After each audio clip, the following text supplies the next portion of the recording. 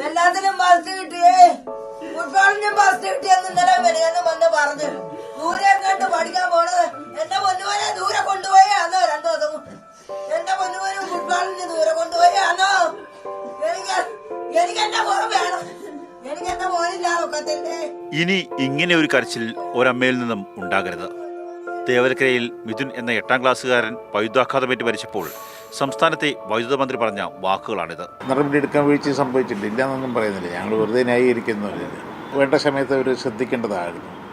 അടിയന്തരമായി KSBയുടെ ലൈനുകൾ പരിശോധന നടത്തേണ്ട ആവശ്യം സുരക്ഷാ നടപടികൾ സ്വീകരിക്കണമെന്ന് വൈദ്യുതി ബോർഡിന് ഇപ്പോൾ തന്നെ നിർദ്ദേശം നൽകിയിട്ടുണ്ട്. ഇതിൻ്റെ ഒരു അനുഭവത്തിൻ്റെ പേരിൽ ഇത് എവിടെ എല്ലാം ഉണ്ട് എന്നുള്ളത് പരിശോധിക്കും.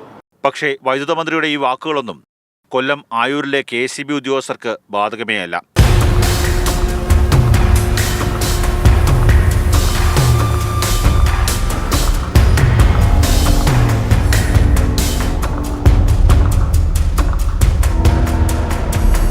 UP മുതൽ ഹയർ സെക്കൻഡറി വരെയുള്ള വിദ്യാർത്ഥികൾ പഠിക്കുന്ന 3 സ്കൂളുകളുണ്ട് ഈ കോമ്പൗണ്ടിൽ.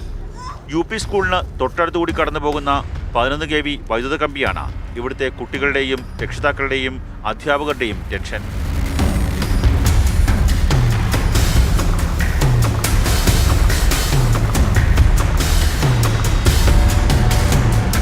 നിർമ്മാണം പൂർത്തിയാക്കി ഉദ്ഘാടനത്തിന് വേണ്ടി കാത്തുകിടക്കുന്ന ഒരു UP സ്കൂൾ കെട്ടിടമുണ്ട്. അതിന് തൊട്ട് സമീപത്തുകൂടി ഒരു വൈദ്യുതി ലൈൻ കടന്നു പോകുന്നുണ്ട്. ഞാനിപ്പോൾ കൈ ഉയർത്തിയിട്ടുണ്ട്. അവിടെ നിന്ന് ഏതാണ്ട് 1 മീറ്റർ കൂടി ഉയരത്തിൽ ഏതെങ്കിലും കമ്പോ മറ്റോ ഉപയോഗിച്ച് തട്ടിക്കഴിഞ്ഞാൽ വൈദ്യുതാഘാതം ഏൽക്കും എന്നുള്ള കാര്യത്തിൽ യാതൊരു തർക്കവുമില്ല.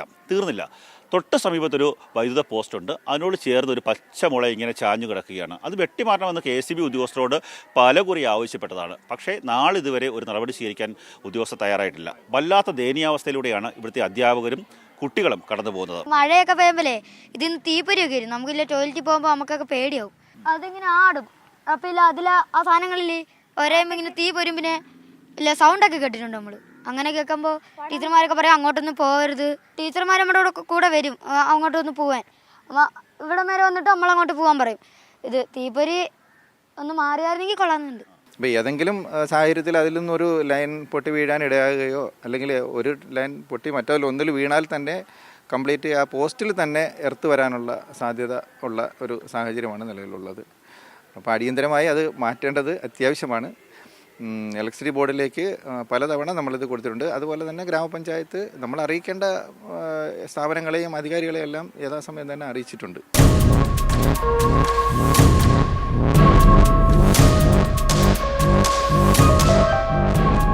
വർഷങ്ങൾക്ക് മുമ്പാണ് ഇവിടെ 11 kV പോസ്റ്റ് സ്ഥാപിച്ചത്. നമുക്ക് ദൃശ്യങ്ങളിൽ നിന്ന് കാണാൻ സാധിക്കും. ഒരു വശത്തേക്ക് ഈ പോസ്റ്റ് ചരിഞ്ഞു നിൽക്കുകയാണ്. അത് താഴേക്ക് വീഴാതിരിക്കാൻ വേണ്ടി സ്റ്റേവർ ഉപയോഗിച്ച് ബന്ധിച്ചിട്ടുമുണ്ട്. ഏതെങ്കിലും തരത്തിൽ ഇത് പോസ്റ്റ് താഴേക്ക് വീഴുകയോ വൈദ്യുതി ലൈൻ പൊട്ടി വീഴുകയോ ചെയ്തു കഴിഞ്ഞാൽ വലിയ ദുരന്തമുണ്ടാകുമെന്നുള്ള കാര്യത്തിൽ യാതൊരു തർക്കവുമില്ല. നമ്മളിത് സംബന്ധിച്ചുള്ള പരാതി AXEക്കും AEക്കും എല്ലാം കൊടുത്തിട്ടുണ്ട്. ഇപ്പോൾ പുതിയ ബിൽഡിംഗ് വെക്കുന്നതുമായി ബന്ധപ്പെട്ട് ഈ 3 പോസ്റ്റുകൾ മാറ്റിയിടുന്നതിന് 45,000 രൂപ നമ്മൾ PTA ആയിട്ട് നമ്മൾ KSBയിൽ അടച്ചിട്ടുണ്ടായിരുന്നു. അപ്പം ഒരു പോസ്റ്റ് മാത്രമേ അവർ മാറ്റിയുള്ളൂ എന്ന് മാത്രമല്ല, അതും തീർത്തും താഴ്ന്ന് ആ ലൈനൊക്കെ വളരെ താഴ്ന്നാണ് കിടക്കുന്നത്. ചുറ്റുമായിട്ടുള്ള മരങ്ങളൊക്കെ അത് മുറിച്ച് മാറണമെന്ന് ബന്ധപ്പെട്ട് നമ്മൾ ഈ കഴിഞ്ഞ ആഴ്ചയിലും അത് സംബന്ധിച്ചുള്ള പരാതികളെല്ലാം കൊടുത്തിട്ടുണ്ടായിരുന്നു. പക്ഷേ ഇപ്പോഴും അതൊന്നും ചെയ്തിട്ടില്ലെന്ന് മാത്രമല്ല, ഇപ്പോഴും അപകടസ്ഥിതിയിൽ തന്നെയാണ് നിൽക്കുന്നത്.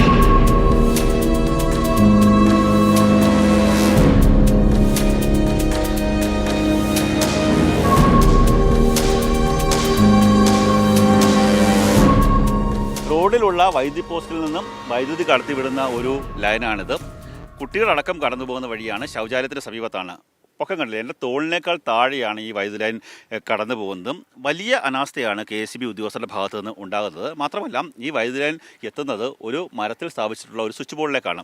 ഇവയൊക്കെ തന്നെ മാറ്റി സ്ഥാപിക്കണം എന്നുള്ള ആവശ്യം പലകുറി അധ്യാപകരും അതുപോലെ തന്നെ PTA ഭാരവാഹികളും ഒക്കെ തന്നെ ഉന്നയിച്ചതാണ്. പക്ഷേ യാതൊരു നടപടിയും KSBയുടെ ഭാഗത്തു നിന്ന് ഉണ്ടായിട്ടില്ല. ഇനി എന്തെങ്കിലും ദുരന്തമുണ്ടായ ശേഷം പരിതപിച്ചിട്ട് കാര്യമില്ല എന്ന് മാത്രമാണ് ഇപ്പോൾ പറയാനുള്ളത്. ക്യാമറമാൻ ഷനാസ് പരീതിനൊപ്പം കടൻ നായർ, മാതൃഭൂമി ന്യൂസ്, കൊല്ലം.